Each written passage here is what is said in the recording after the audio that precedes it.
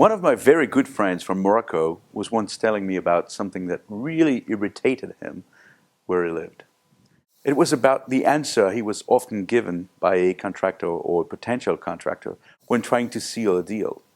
The answer was Inshallah, which means if God will.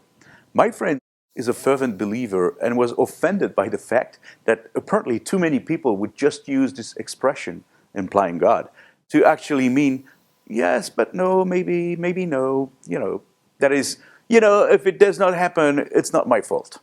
Well, whatever religious humility was originally incorporated in the phrase, it apparently, according to my friend, now simply meant that, in fact, you can't really trust the people who use it nowadays.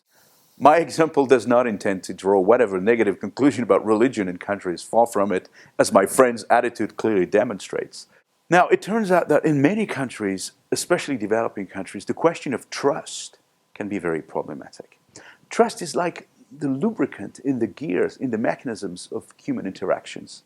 Indeed, it lowers what economists call transaction costs. And as such, trust is something that makes it easier to do things together, share, exchange, and trade.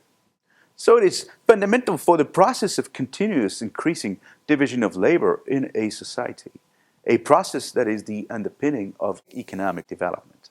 Trust makes possible, or at least less costly, the creation of bigger trading networks and of bigger companies, for example.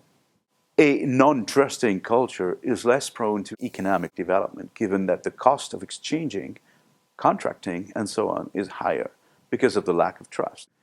You trust less, you deal less and smaller, basically. And it obviously can have cumulative effects. People can't trust you, and you won't trust others, of course. But there's worse, because people who would trust others stop doing so after several disappointing interactions. It's a vicious cycle. Trust grows with the growth of civil society. A certain trusting culture gradually emerges in societies which have evolved mechanisms of reciprocity and civic engagement.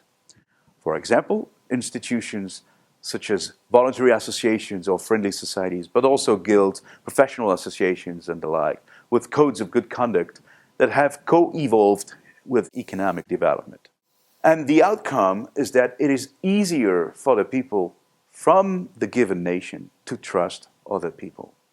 Now, there is an important connection to be made here with another concept dear to liberals. It is usually easier to trust others because they are responsible. This means individual responsibility, that is, the ability to account for the consequences of one's actions, is an essential ingredient for trust. It is hard to envision how a society that does not promote individual responsibility will not be lacking trust. Indeed, how can I trust people who are not responsible? Germany is classically seen as a trusting society, for instance, and it's pretty successful. Not all developed societies are trusting societies, though. It turns out that some economists have measured the level of trust in society. And the French now have problems trusting others, for instance. We're even called a mistrust society. Some see here an explanation of our fewer and smaller big companies, for instance. Why?